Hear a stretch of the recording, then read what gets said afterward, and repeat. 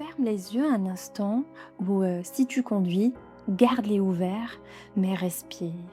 Pense à quelque chose qui, il y a un an, te terrifiait.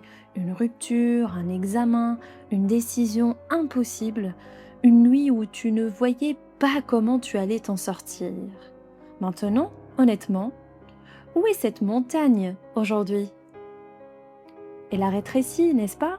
Elle est devenue une colline, peut-être même un juste caillou dans ta poche, un souvenir que tu racontes parfois, presque avec un sourire.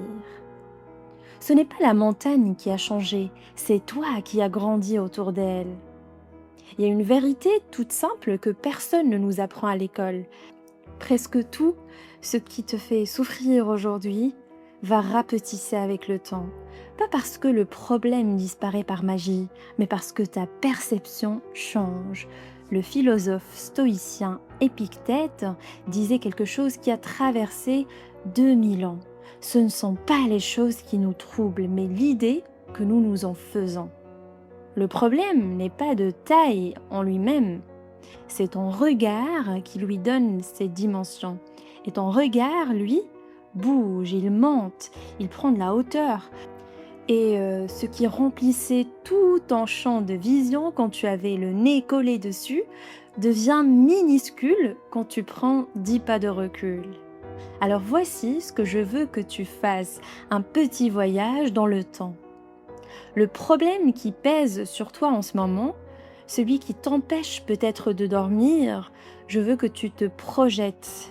Imagine-toi dans 5 ans, tu es assis quelque part, tranquille, quelqu'un te demande: et cette période difficile, comment tu l'as traversée?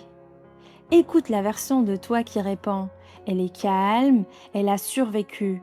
Elle sait maintenant que ce moment n'était pas la fin de l'histoire, c'était un chapitre, et souvent le chapitre qui t'a rendu plus fort. Ce toi du futur existe déjà. Il t'attend de l'autre côté. Mais voici ce qui est encore plus beau. Si les épreuves rapetissent avec le temps, alors la souffrance d'aujourd'hui n'est pas une prison, c'est un passage. Tu n'as pas besoin de résoudre toute la montagne maintenant, tu as juste besoin de faire un pas, puis un autre.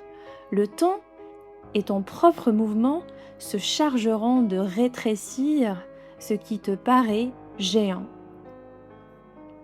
Ce qui te semble insurmontable aujourd'hui sera petit demain et dans le passé.